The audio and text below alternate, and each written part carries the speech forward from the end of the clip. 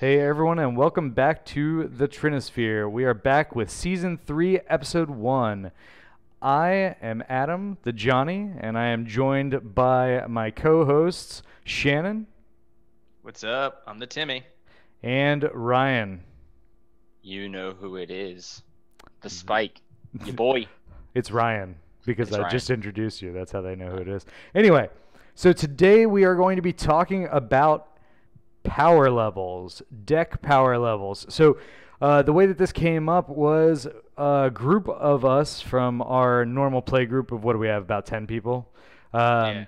So some amount of those people went to GP Orlando recently. Everybody on the Trinisphere except for me.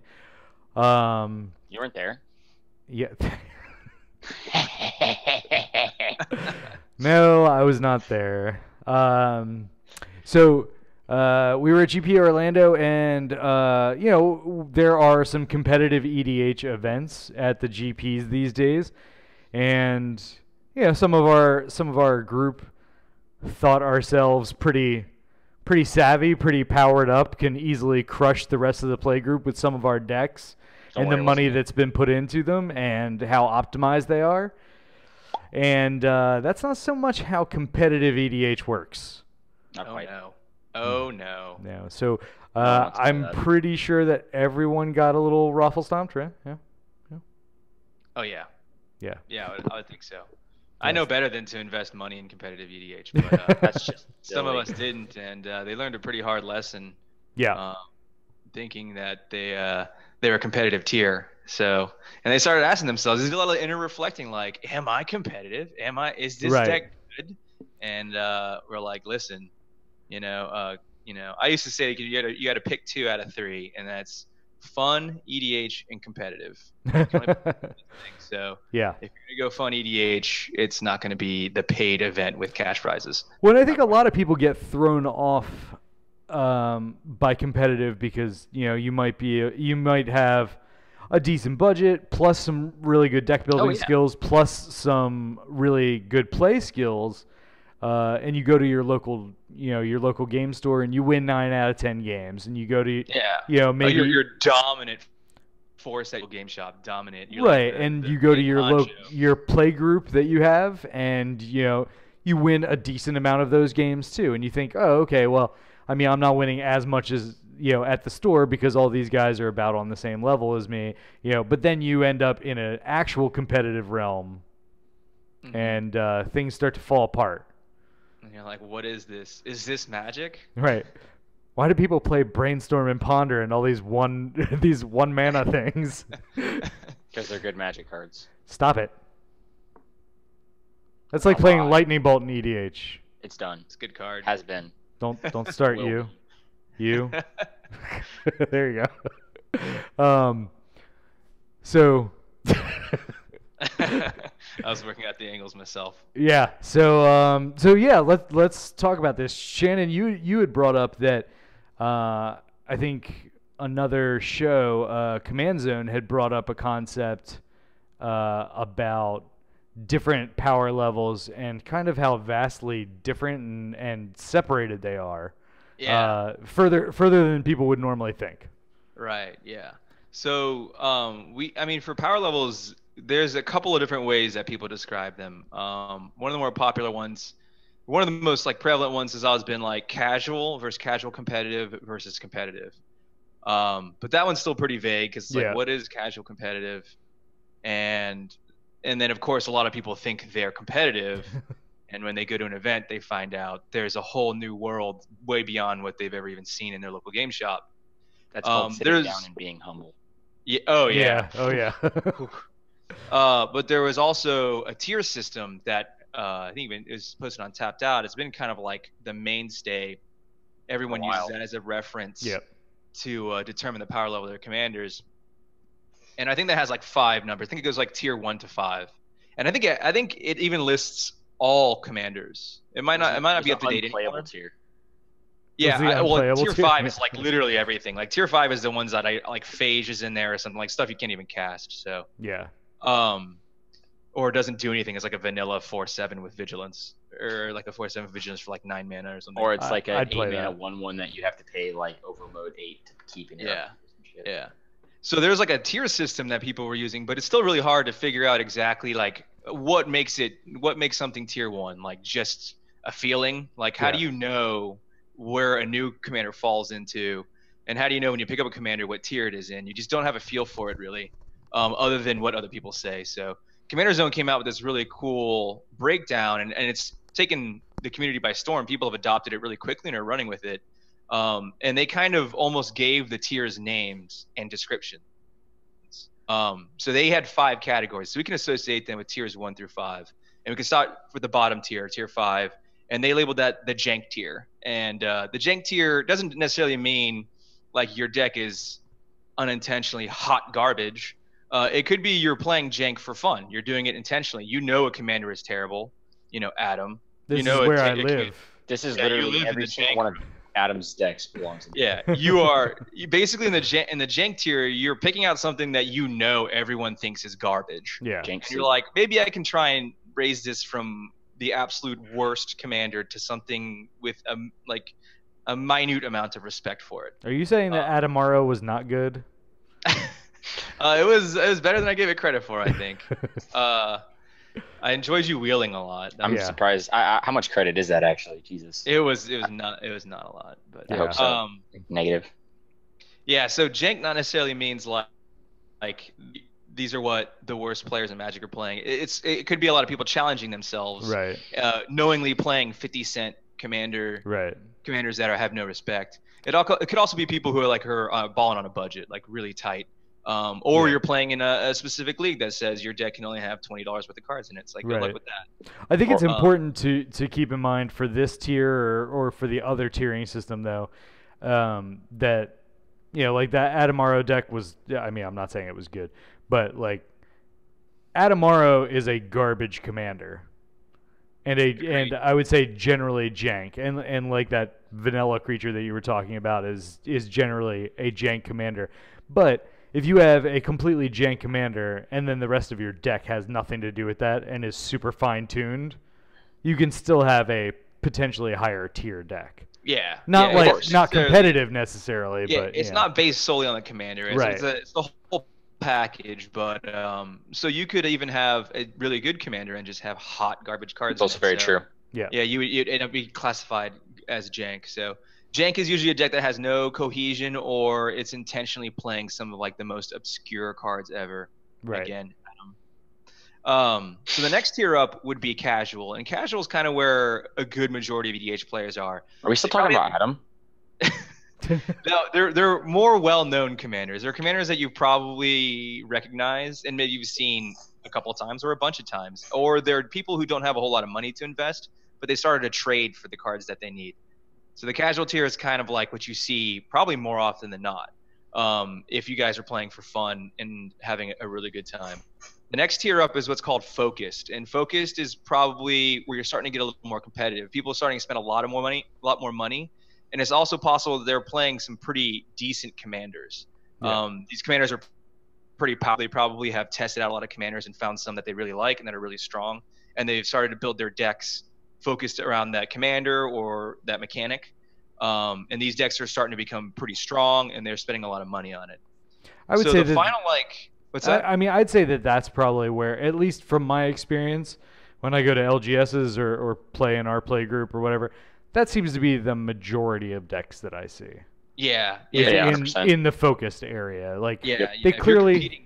If you're competing casually, like at your LGS and tournaments and stuff like that, it's probably mostly focused players. Yeah. Yeah, exactly. Yeah. So the next tier up, which is kind of like the peak of what we would consider like normal EDH, is the optimized category. And that means you're probably playing the best commander at what it does. There's probably only like 20, 25 optimized commanders. You're probably picking from like Marin of Clan Nel Toth, like some of these really long commanders, Atraxa.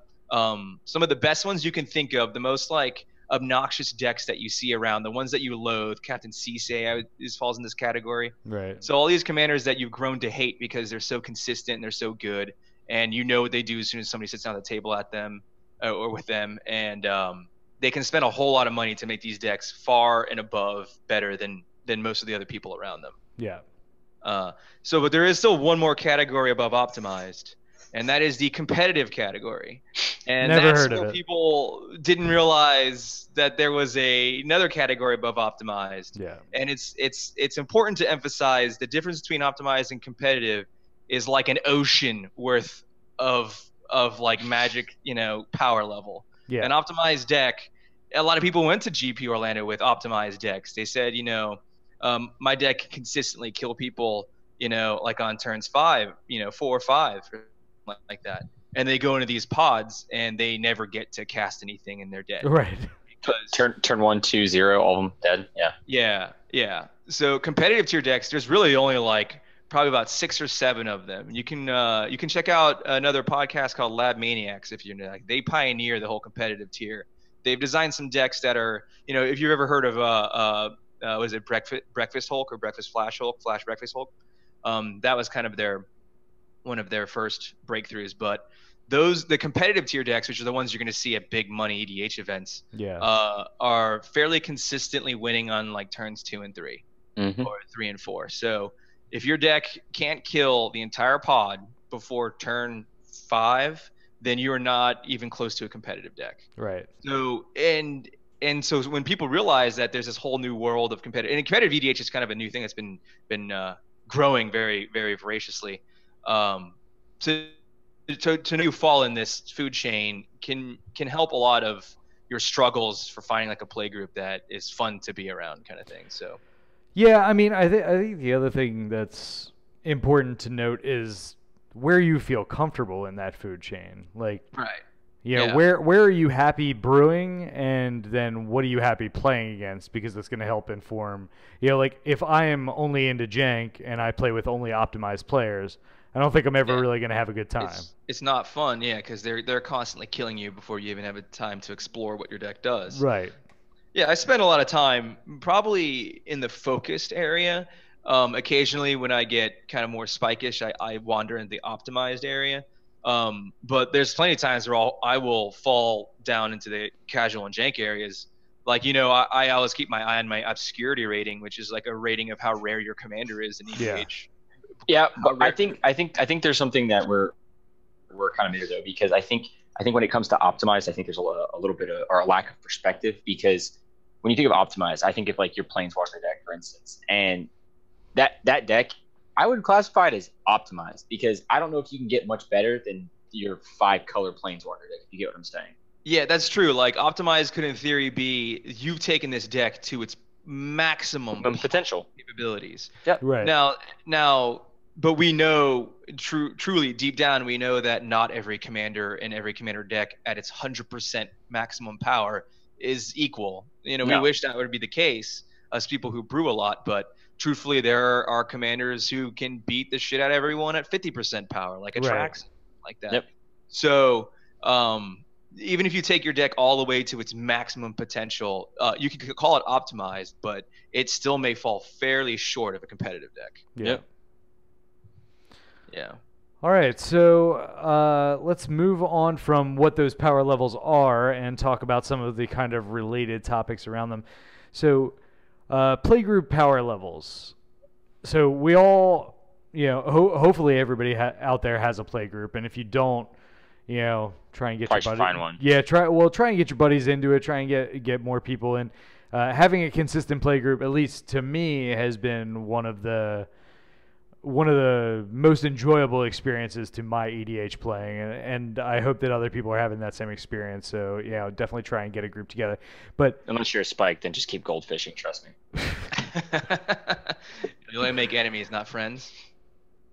That's his way. We can't do anything about it. So with that, the power levels tend to, or at least in our experience, tend to grow over time. So what do we think about, like, how does that evolving happen in your opinion? Personally, I think just over time, like if you're going to continue to play the game, your chances of acquiring cards are just going to continue to grow, regardless of whether you're collection grows from opening booster packs, or just coming across people giving you cards, or you purchasing them yourself, or time passes. So birthdays happen, holidays pass, things, your collection will grow over time. Just being a Magic player, being in the proximity. I mean, we don't all go into card stores all the time, but we definitely at least look on Magic websites. Right. Everyone's looking at Mythic Spoiler. I mean, I'm sure you pass a Channel Fireball freaking ad, or Star City Games or something. You're constantly seeing deals. You might scoop something up here and there. So I personally think unless you're a avid collector, I think the grow over time is 100% passive. Right. Yeah. I think while it grows over time, and I think some of it has to do with collections increasing and things along those lines, I also think that there's a tendency for it to have nothing to do with people's card collections. And it can be a good thing and a bad thing, meaning when I first joined the Playgroup, I had a very small card collection, and I was purely playing Jank because, honestly, I was still thinking Magic was from 1996. You still do.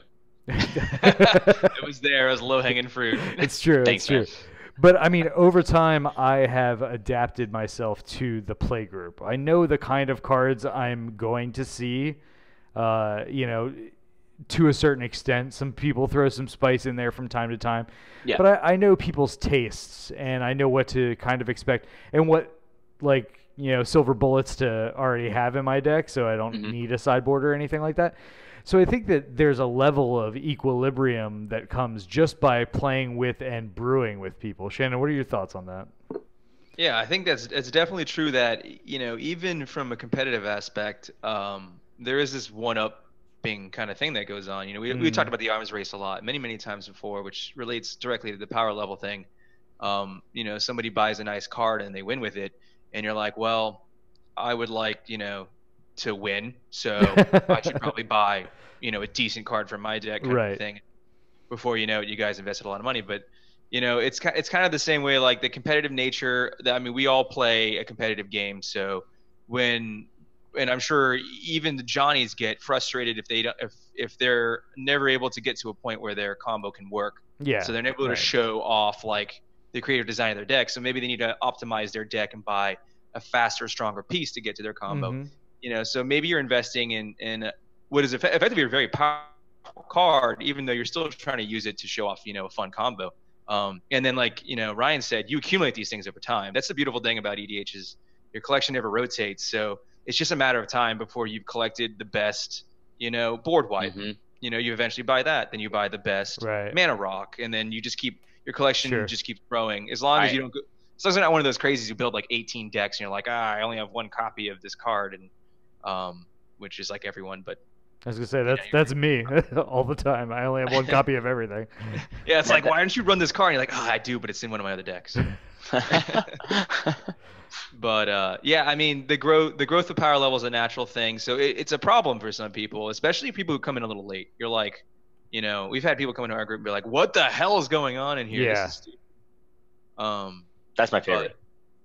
But yeah, there's also limiting factors. We can get into that in a little bit, which is I think in the end just get kind of tired of it, and we look back and we kind of miss the days of Jank and like playing with silly cards. And then so sometimes I know our group definitely has these nostalgic like throwbacks where we're like, let's play some crappy Magic, because sometimes that's the most fun Magic. So well, I think even within that, like we all remember the just like kind of fun decks that were a little closer to Jank or casual or what have you.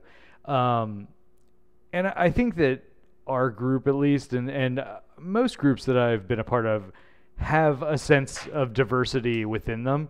Like even when we've had other people from other groups come and play with us, they're like, am I breaking out my competitive or like my little bit more optimized deck?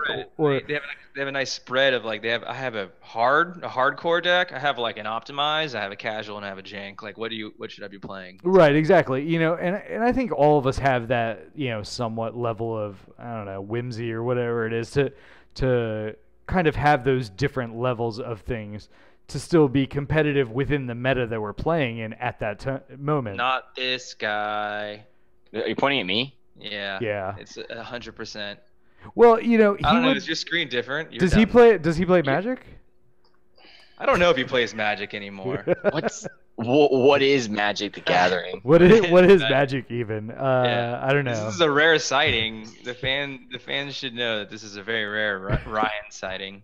I've been sending constant, DMs to Mar asking what's the deal with Magic, and he just still hasn't gotten back to me. What? just what is Magic? I don't know who you are. Like, if he doesn't, he will. Yeah. How dare he?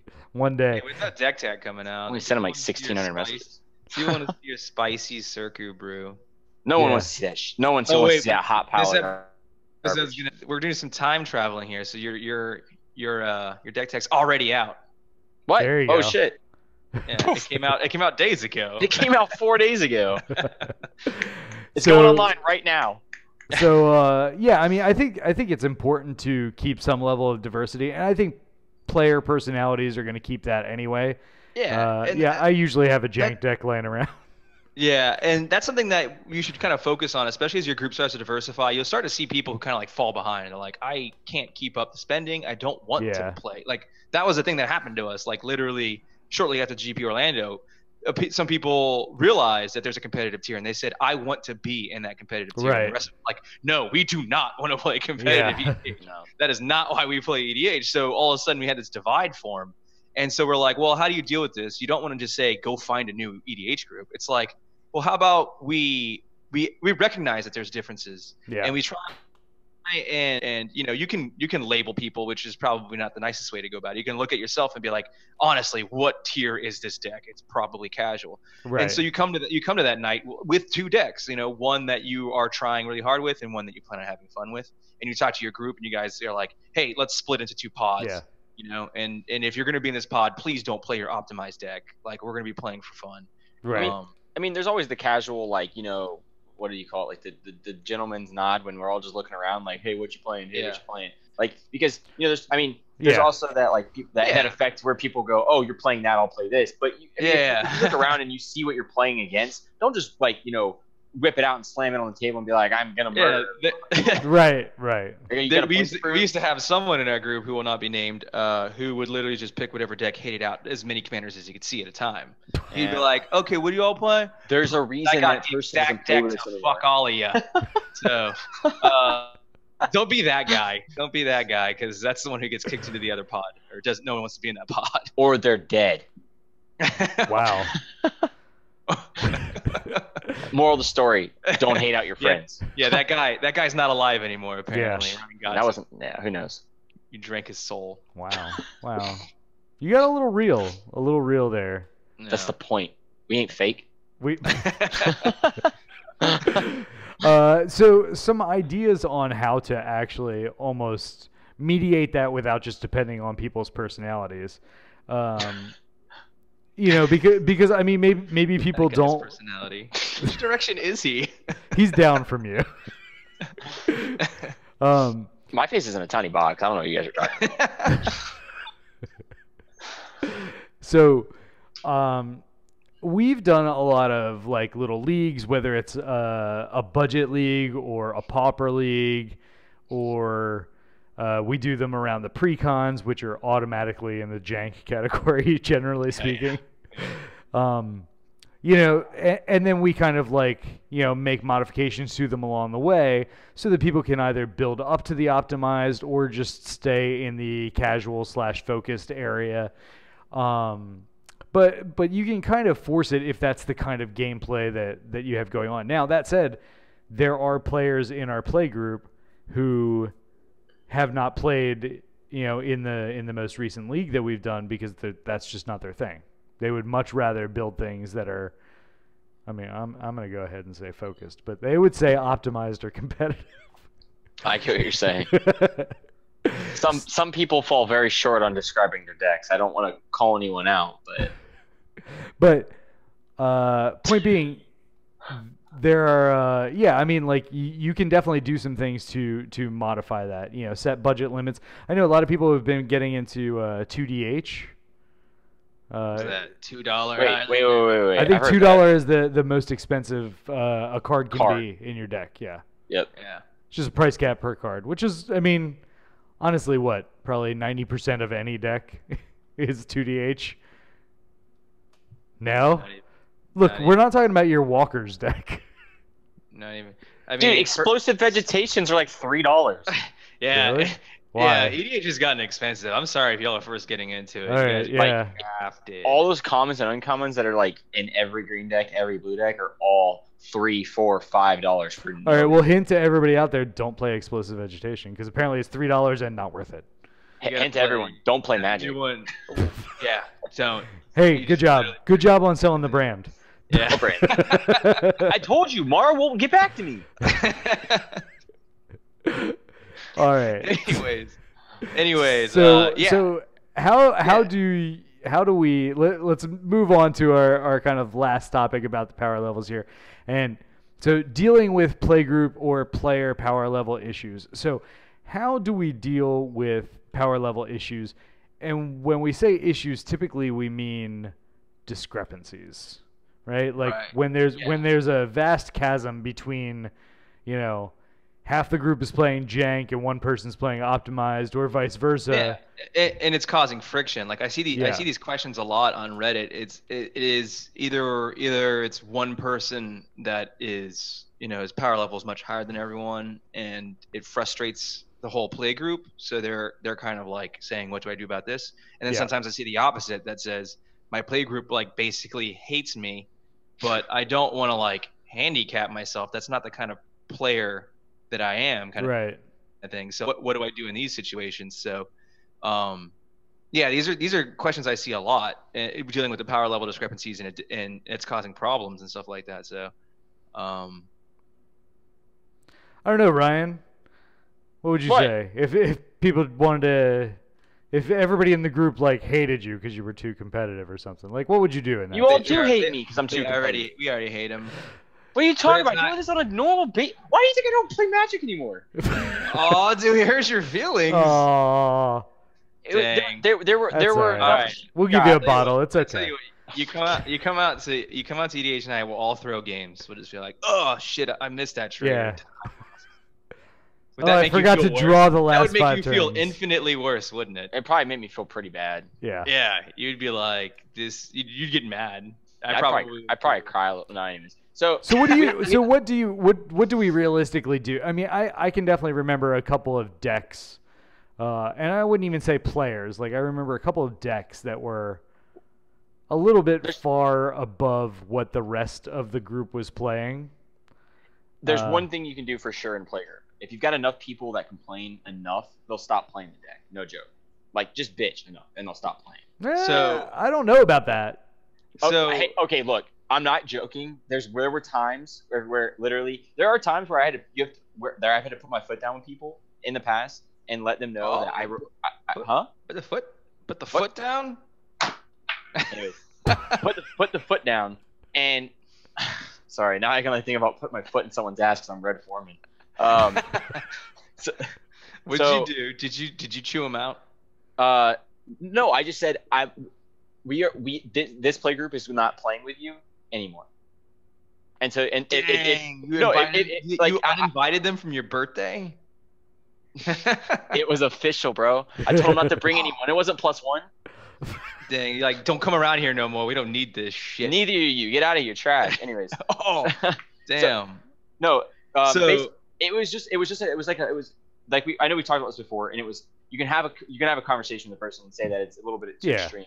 But there have been times where even with people in our play group where I've said where they'll pull a deck out and I'll just be like, that's a little. Do you have to play that deck this time? Like, do you actually have Yeah. to? I'll get a little stern and be like, is it necessary? Yeah. Because Yeah. You're gonna do the same thing you did the last 3 times you played it. It's not necessary tonight. Like, I don't want to see it. Yeah. I was thinking back about a time about some of the things that we did way back when we were a much younger group and we were much more casual before we started to get more competitive, and we had one guy who was fairly competitive, and there's a lot of strategies for kind of like influencing your play group, and that's kind of something I've been wanting to go over a lot, but as I started to talk about them, apparently it's very controversial. It's pretty controversial, and I've been called an angle shooter by other people. Oh Would you yeah. consider yourself Like, a liar? I'm like, what the fuck is an angle shooter? Like, are we playing pool now? Is that what that is? I had to like go Google it because people were calling Master me. of geometry. Yeah, apparently I was very good at like, It's more like snooker. Yeah. Well, so there's a lot of tips and strategies, and I've always wanted to go over them. I usually post out when we're on the air because I'm like, I'm pretty sure this is gonna make a lot of people pissed off if I say this, but we'll get into them. I think once you have some followers and they're willing, and I'm willing to risk it all, I can talk about some of the shadier things. What the hell are we talking about? In the verge of social manipulation. But I was just gonna give an example. We He had just one really good shivs player, them, one just- strong. Did you perform a hate crime and not tell me? What's going on right now? Did I miss something?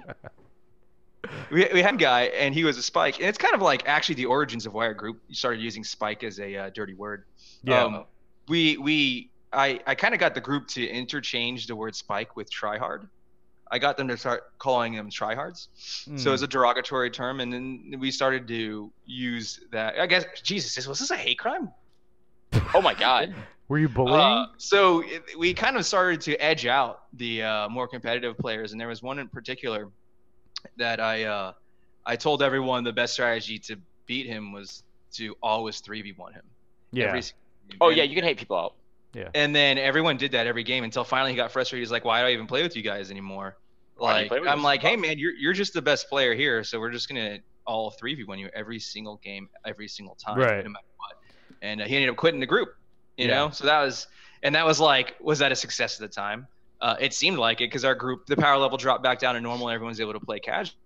But we literally hated someone out of our group. Yeah. And thinking back, it was kind of like, I think back about that and the kind of stuff that we did to try and like form the group into how we wanted it. We were like less accepting of all the different people. Yeah. And spikes in general. We weren't accepting of spikes. You talked about how when we met, no one in our group would say they were spikes. They would get hated out as net decking tryhards and shit like that. So, I wiggled my way in, guys.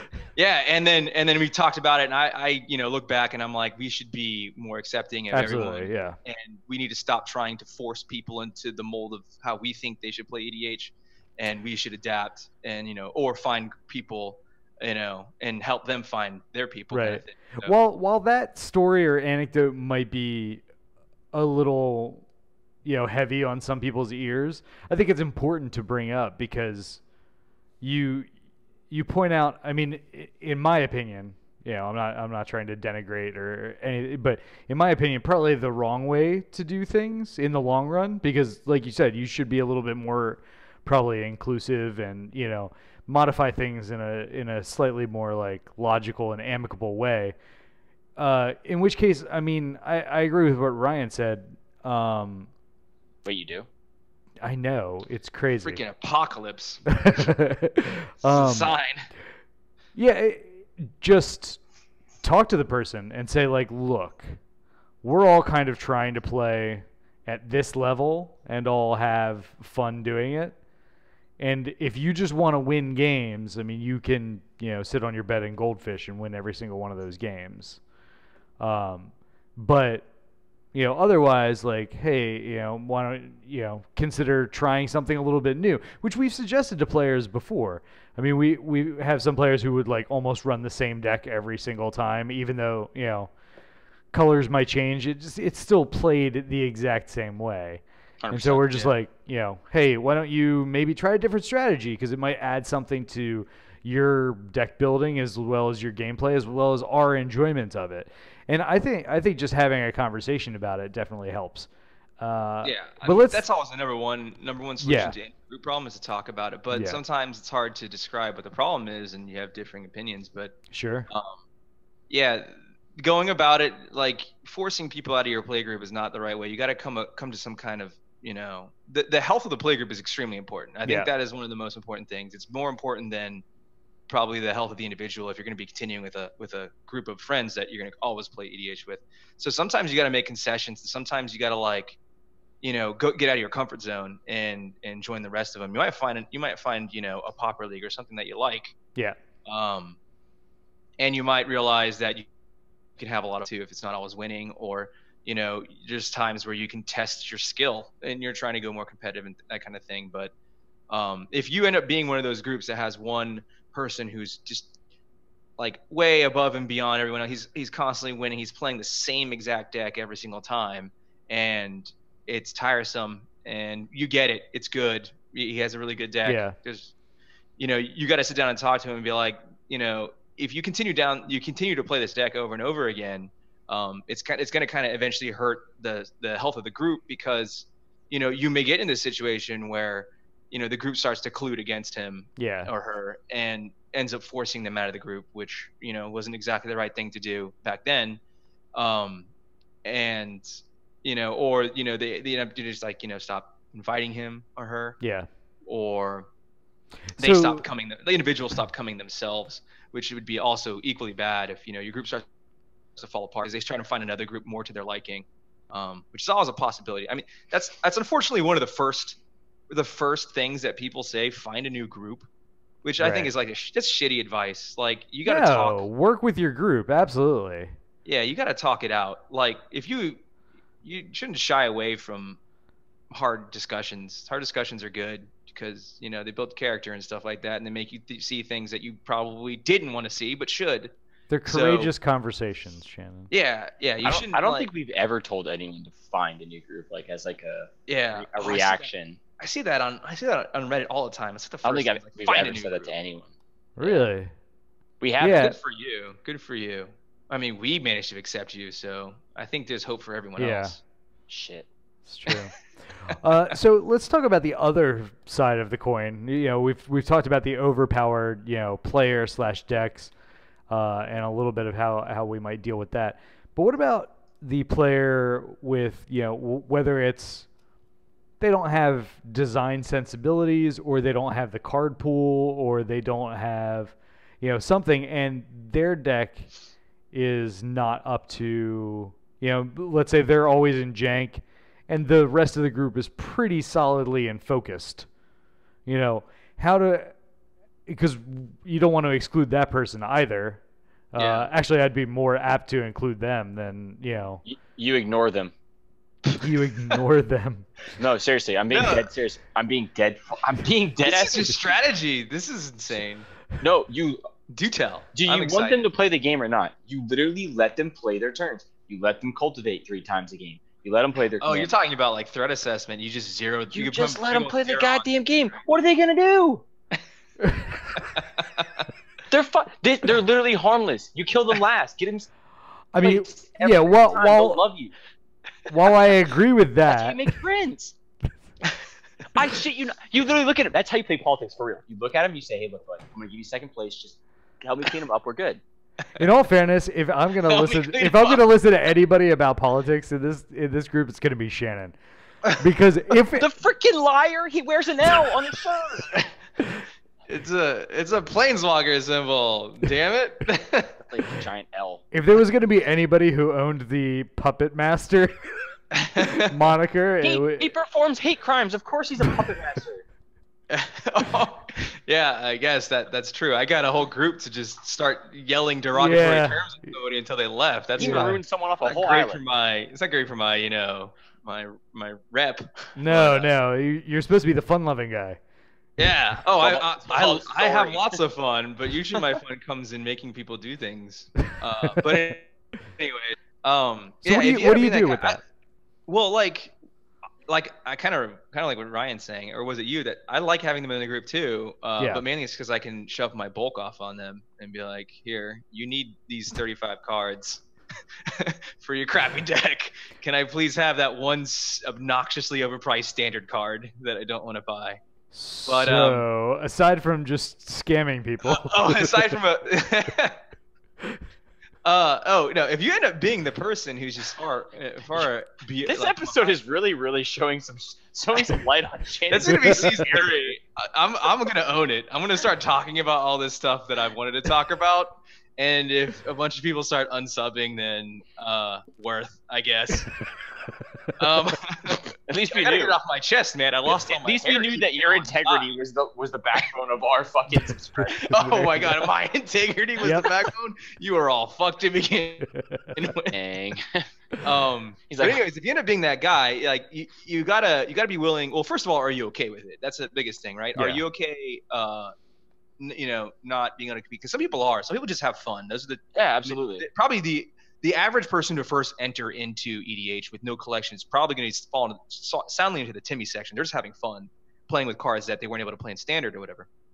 But from there, where do you go? You need to, and you need to listen to the advice of the others, and you need to start looking for the staples that they recommend. And they're going to say you should always play this card. This card is the best card. And you're like, well, okay, why? Why is this the best card? Explain to me why this is the best card. Can I find an analogy that's cheaper or something that's in my collection?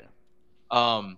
And then you can focus on, deck building is probably the biggest thing, is learning to focus on synergies. There's probably a lot of good videos out now that talk about deck building and keeping focus, that kind of thing. So I'm still learning myself. Like, I've been playing EDH for, I don't know, like 6 + 8 years, maybe about 6 to 8 years, and I'm still like learning new things about deck building. But yeah, absolutely.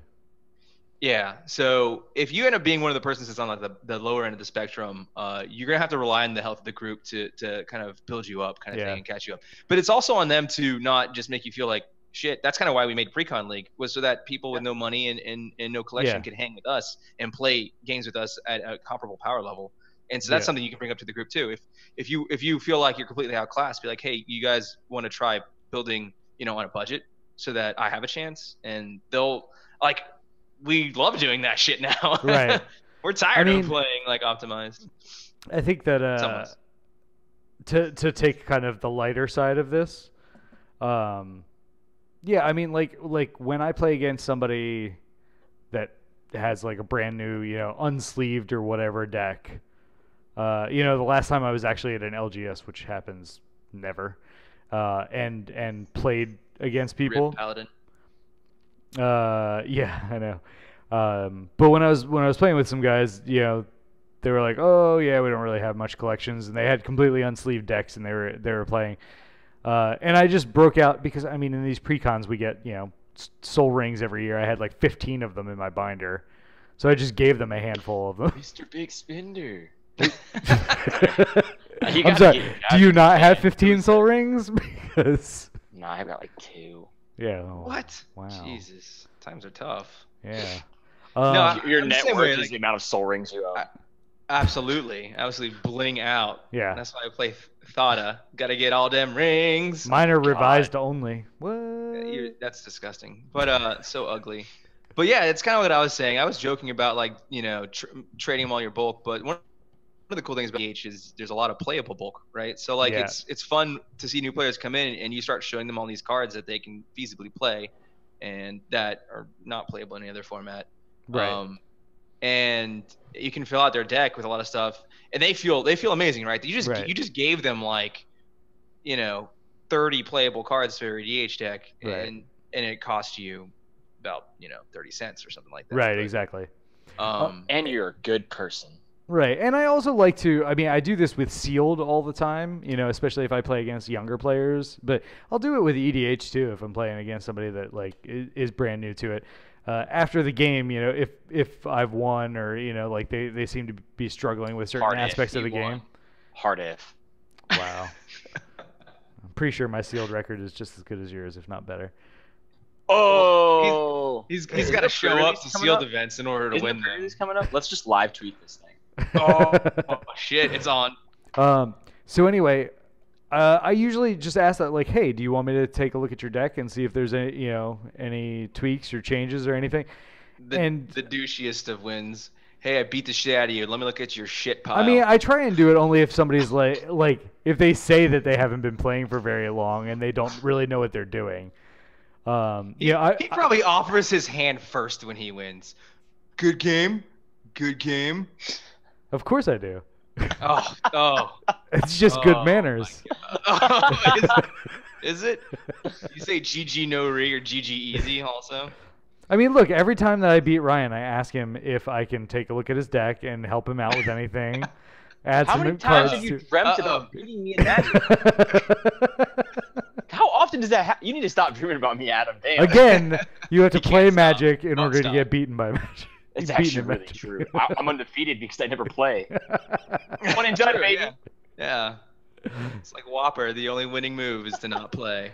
All right. So any final thoughts Ryan on power levels regulating or reaching some kind of equilibrium in power levels or anything along those lines? Unleash the beast. The weak fall to the wayside. Oh, sorry. I was doing my impression of you. Honestly, it really everything is going to be very, very specific to your exact scenario. Like we could tell you to do this, we can tell you to do this, we can tell you to do this. We could give you options, opinions. You could have infinite paths. But at the end of the day, it's all about communication. All right, yeah. Shannon. That was good. Yeah, it's about having fun at the end of the day. I know we play a competitive game, and we sometimes get pretty angry, and we want to show off how good we are at this game. That's like always the big thing that why we play. We want to show off how smart we are, or how tight of a player we are, that kind of thing. But everyone wants to have fun when they come to EDH, and if people leave your group always angry, or mad about how the night went, that's your group's going to end up falling apart. They're going to end up trying to find a group where they fit in better. So you got to think a little bit more about the group at the end of the day than about your win-loss or how well your deck played kind of thing. So don't lose sight of that kind of thing, or else you'll end up losing your play group. Agreed. Yeah, I mean, I think the concentration on kind of what you want, what your entire play group has a shared vision of. If you have a play group that they all want to be competitive and they all want to be, actual, play by French rules or just play those, turn 2 combos. Right, never a take back seat. Yeah, I mean, if that's what you want your group to be and everybody has, kind of a societal, consensus there, then that's great and hold to that. If you want your group to all be the jankiest thing ever and just have fun, stick to that and find kind ways to enforce that. Yeah, don't haze people. Yeah. In a world of Shannons, be a Ryan. What a horrible world that would be. That's right. Spike. But then nobody would ever play Magic. Oh shit! Dang, yeah, there's no Magic anymore. Dang. Marrow would be too busy doing other things. Neither would they if they were Shannons, because they'd all kick each other out of their groups. We all just talk shit behind each other's back and backstab each other. Yeah. In other words, everybody be like me. It'd be a table of 3v1s. How can everyone be arch enemy? What? That's the rule. All right. So with that, everybody, we are going to bring to a close our episode. So thank you again for joining us. Please, if you're watching this on YouTube, share, like, subscribe, do all the things. Ring the bell. You can, ring the bell for notifications. Follow us on Facebook at the Trinisphere and on Twitter at the Trinisphere. God, I can't even talk. And we don't even have a name. You can watch Shannon and sometimes Ryan play some Smashed Up. Oh yeah. On the Twitch. Yep, on the Twitch. We'll be streaming Smashed Up probably one Thursday every month. We don't want to boarding party. We don't want to push the envelope too much, but come watch us play some drinking Magic. We'll see how long we can get away with that before they shut us down. But hey, if you want to not see us get shut down, you can also see us every Tuesday. We'll have content coming out, whether it be podcasts like this or gameplays. So. Yep. Dang, son, every Tuesday, say what? Yeah, you need to start brewing your decks. Seriously, you're far behind. There's no watch on this on. I want everyone to know. I'm gonna say it right now. They give me the scraps, guys. I want you to know that they make my job so hard. You have the equal opportunity to pick a commander. No, they say they equal opportunity. No. This is straight. This is a freaking concentrated game. They give me 2, and they're like, pick one. All right. While we get him his blankie and put him to bed, we are going to say good night, or good day, or whatever time it is when you're listening. Tomorrow, sir. And have a good one. Keep brewing.